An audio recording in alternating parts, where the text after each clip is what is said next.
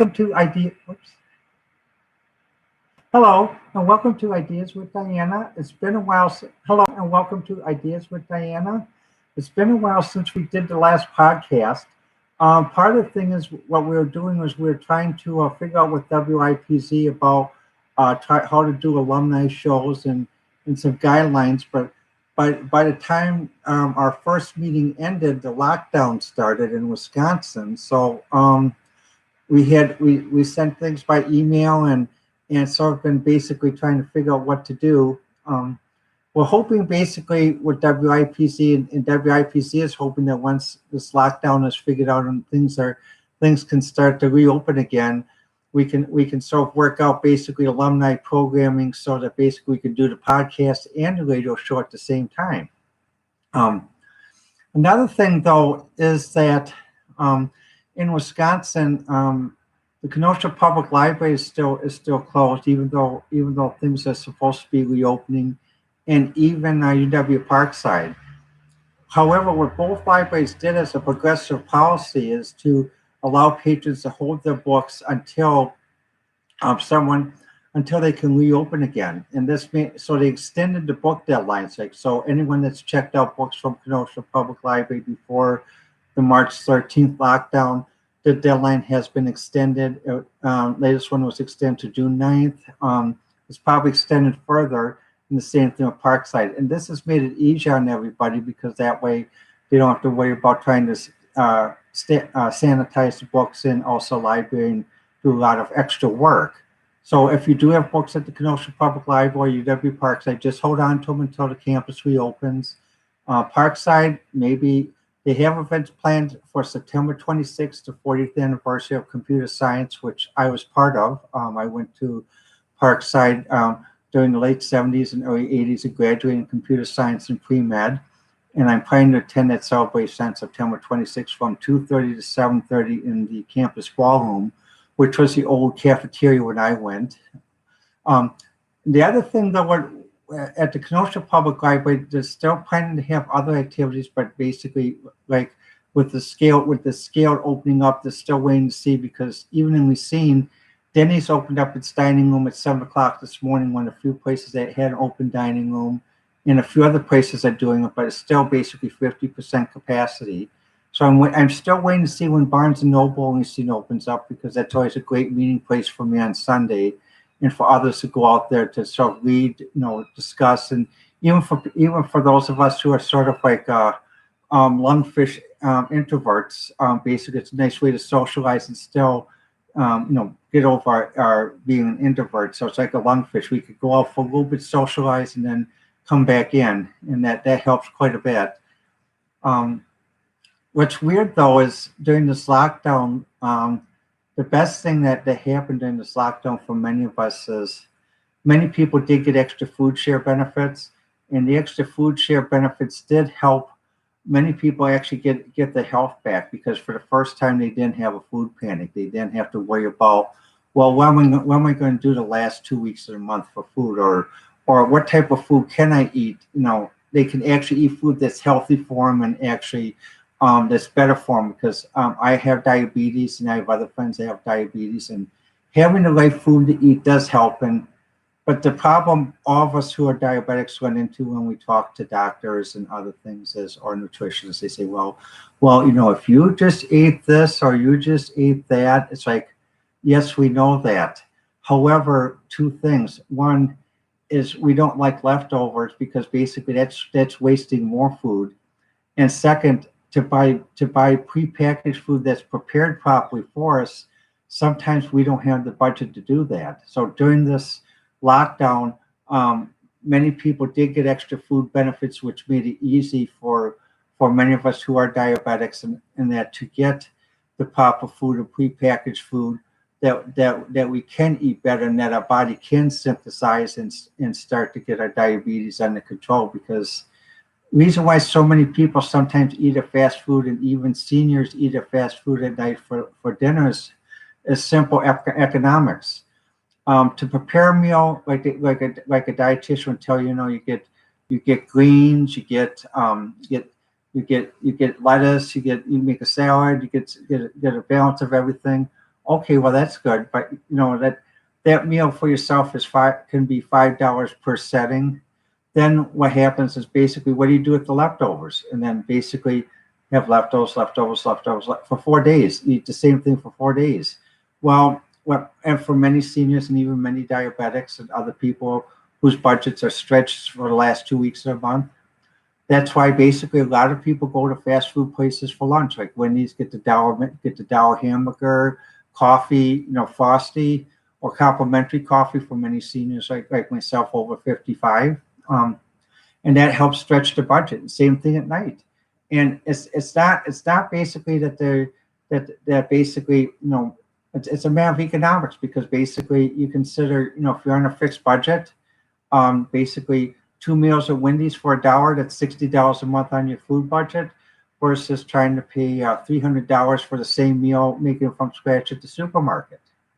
Um, and that's why during this COVID-19 thing, when they did expand food benefits and food stamps and and even the stimulus check, that allowed a lot of people to get their health back nutritionally. They didn't have to worry about food panic. And also, like what I did with my stimulus, I paid a lot of my bills down, caught up on my credit cards, bought some needed things I need to get, bought a stoneware dish set. Um, also picked up some other things. For I have a science. I'm a hobbyist in science, so I picked up a microscope in that. So for $70 like that, to do just some scientific, and also we do some magazines, science magazines, so I could read a little bit. The thing though is, the whole thing about trying to get through this is also making sure that you get enough sleep, because one thing that's not mentioned during this COVID-19 virus is, like in cities like we've seen in Kenosha, cities that we see in Kenosha have a population of about 80 to 100,000 people, and a metro population, county population about 200, 250,000. However, when this lockdown was started, compared to Milwaukee and Chicago, there are many people that were homeless or on the threads that basically were left out to fend for themselves in the frontier. I knew friends who had to sleep in their cars, and even some friends who had to sleep in the car with their 89-year-old mother during this time. And the thing is, the problem is, the county didn't come to act until one friend actually became ill, and then basically they realized that, oh, there's an 89-year-old person out there, and it's like. But the problem is it still was very haphazard, because they said, well, let's take over to the local shelter, and we see. Well, due to the lockdown, they couldn't accept any more clients. Nothing. So basically, the hospitals were misinformed. Because when people went to the hospital who were homeless, or they said, "Oh, go to this." Well, the people said, "Well, we just were there, and they told us they were closed." So the thing is, oh, just a minute, I'll be right back.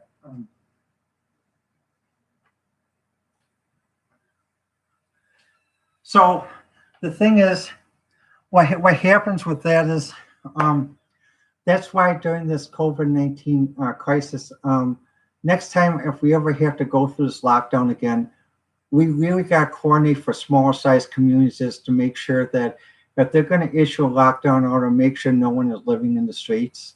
Luckily, we've seen has an outreach task force that comes in and checks every night and brings blankets and hot food and coffee, and even brings people to the to special places they can stay at an ad hoc basis for this thing, and that. So the thing is, it's important. But when we do have this COVID-19 crisis, I mean, really, I do think sometimes the politicians went a little bit too far, because even Wisconsin, they had to sue the governor to not extend this thing all the way up to July 30th or June 30th. It's one thing that to do a month, maybe 2 months, but basically, the economy just can't be shut down like a light switch. You just flick the switch, the economy's on. You flick the switch, the economy's off. Flick the switch, the economy's on. I mean, really, Some people are hoping what's called for V recovery. You know, we're going to go, we flick the switch when we went off, and it's going to come back up like this. Well, that's great if that happens. But I have an MBA and been in business for many years, and I think it's really going to be like this. It's going to be like the low, and then like this. And the biggest point is going to be in July, because if we don't see this peak in July for the Christmas shopping, we're going to see a little peak in November. And in January, we're going to see a lot more stores going bankrupt, 25% bankruptcy. So the other thing why I'm glad about the reopening is because more people can be helped when services are reopened. Because when we seen for 2 months when it wasn't reopened, our friend, it was very hard for her and her mother. They finally got into an apartment. They're finally doing better, but the problem is, luckily I was able to help, but basically it meant really bending the rules and doing as much as I could to try to help. And sometimes it got tense, and sometimes it got. The biggest issue is, luckily I was able to have my friend have a place to stay so she didn't get sleep deprivation. But when we really do the bookkeeping and accounting on this lockdown, we got to change these lockdown rules, because this lockdown rule is almost like medieval. If you were caught in the cracks, you had to fend for yourself and sink or swim. That's a cliche, but you know it's true. But it's worse than sink or swim. It's like doing quicksand and no one's there to help. So we got to rethink this COVID-19, this lockdown procedure next. If we ever have to do this again, hopefully we won't have to, but we may. Lastly, I just wanted to say, with this COVID-19 pandemic, I did get at least an issue of Scientific American, and I did read an article on this COVID-19 epidemic. Let's see if I can. Let's see. Well, this is part of it about how a vaccine is made, and this is on page 42. And let's see if I can find. Oh, here's the page I was looking for. And this is on page 34 of the June issue about different types of strategies, block viral replication, prevent entry of cells, reduce human response in acute respiratory diseases. All of these should have been talked about earlier, and they should have been talked about by a head of the World Health Organization who knew how to speak English, not medical English. Like, well, we're going to do hematosis, and I mean, I used to train medical professionals into teaching American English and casual American English when I worked as a researcher, MD, PhDs, and Masters of Science from countries worldwide. And they realized the value of talking American colloquial English, because basically testing for English as a foreign language in a crisis or just knowing how to speak medical English is not enough. Fortunately, the World Health Organization has someone who is British, who knows at least how to speak the Queen's English, which we in the States can understand.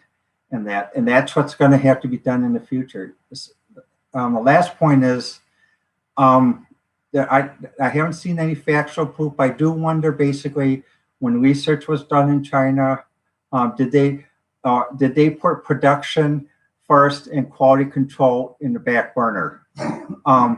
And what happens whenever you do stuff like the Journal Institute says, quality is free, quality is free, quality is free. The reason why is because if you don't follow quality, then you get a pandemic like this where millions of people are impacted, people die. And also when you don't do it in an industrial setting, you have people die, people get hurt. And the reason why when people say quality, you don't have to worry about quality, that's because they don't have proper attorneys and proper insurance representatives to make sure people are compensated when they're damaged. So I will end this broadcast with a message to China and some of the other third world nations and other people who think that quality is not free. Quality is free, quality is free, quality is free, because when the truth comes, those who don't practice quality will pay for it. And people dead, people injured, and also compensation to their families. Let me know what you think. I'm on Twitter with Ideas with Diana, and Nikita and I will be returning with a new radio show in the future. Girls just want to have fun. So just to throw out to some radio stations and other places, if you wish to contact us about this, let us know. We'd be happy to talk more about when to start. So remember, Ideas with Diana on Twitter. Thanks again, and I'll talk with you in a little bit.